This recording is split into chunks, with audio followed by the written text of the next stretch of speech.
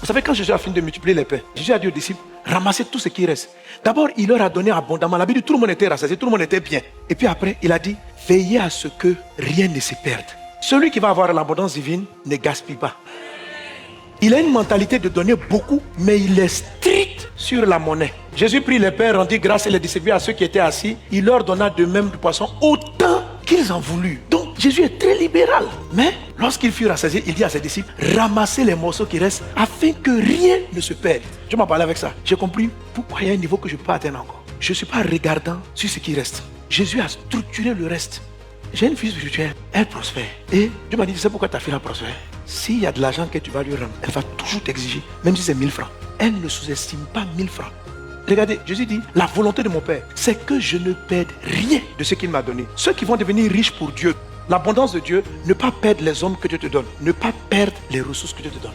L'organisation pour être riche selon Dieu, c'est une structuration pour ne pas perdre. C'est-à-dire que même la petite corde de la guitare, il ne faut pas dire l'église a l'argent, on casse et puis on s'en fout. Non, c'est-à-dire qu'il y a une mentalité de ne pas perdre. Un jour, les disciples ont commencé à douter. Ils pensaient que Jésus était fâché avec eux parce qu'ils avaient oublié de prendre du pain. Et Jésus leur a parlé de la foi. Il attendait de leur dire, mais ne vous inquiétez pas. Pourquoi vous vous inquiétez même pour manger? Et ce qu'il dit, c'est sur le reste. Il dit, quand on a multiplié les 5 pains, il restait combien de paniers?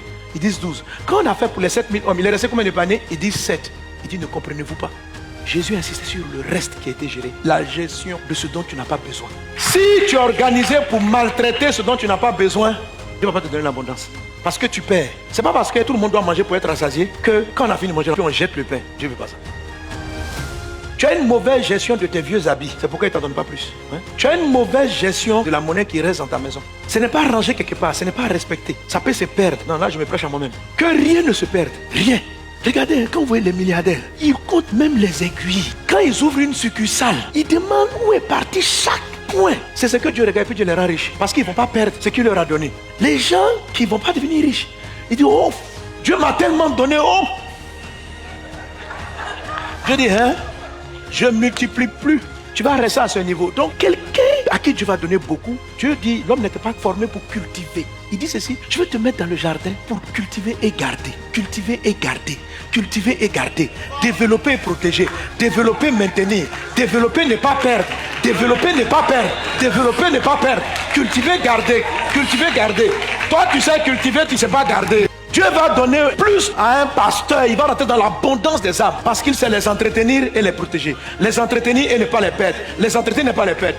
Dieu va te donner une grande entreprise. Parce que tu sais entretenir les hommes qu'il t'envoie. Et tu sais ne pas les faire partir. Tu sais les maintenir. Quand quelqu'un travaille avec toi, il a toujours envie de travailler avec toi. Si tous ceux qui travaillent avec toi fuient ton entreprise, Dieu estime que tu ne peux pas gérer l'abondance. L'abondance de Dieu n'est pas financière. Il ne s'agit pas pour toi seulement que d'avoir de l'argent. La grâce de Dieu, c'est des hommes et des ressources matérielles. Ça, c'est la grâce. Tu ne perds pas ces grâces. S'il t'envoie quelqu'un de qualité, ne le perds pas. Garde-le. Qu'est-ce que tu dois faire? Entretiens-le, occupe-toi de lui, nourris-le bien. Pierre dit quoi? Il dit, tu as les paroles de la vie, à qui irons-nous?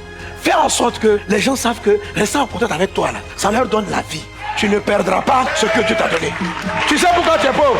Tu perds toujours tes collaborateurs. Il n'y a jamais quelqu'un que Dieu t'envoie, que tu arrives à travailler avec lui pendant 1 an. Tous tes nounous partent chaque... Quelqu'un qui ne sait pas garder quelqu'un. Tes bottes là, tu les changes comme ça. Tous les jours, il y a une nouvelle fille. Elles sont compliquées. C'est toi qui es compliqué. Une femme, ça veut dire que quand les gens travaillent avec toi, ils sentent qu'ils n'ont pas envie d'aller ailleurs. L'abondance, tu ne peux pas gérer tout toi seul. Quand il va te donner des milliards, tu ne peux pas tout contrôler. Donc ta gestion des hommes qui vont les garder, ceux qui vont gérer ta succursale là-bas là. Dieu veut regarder ta fidélité dans les premiers hommes qu'il t'envoie. La manière dont tu arrives à ne pas les perdre. Donc l'organisation qui produit l'abondance est une organisation où tu te structures, tu t'informes pour garder et les ressources que Dieu te donne et les gens que Dieu te donne. Maintenant, l'organisation va varier selon le cycle. Tu t'organises pour garder et les ressources et les hommes. Pas seulement garder, cultiver et garder. Les ressources et les hommes. Parce qu'un homme qui sait faire quelque chose est une grâce. Un homme qui te décharge est une faveur. Est-ce qu'on est ensemble? Venez au nom de Jésus.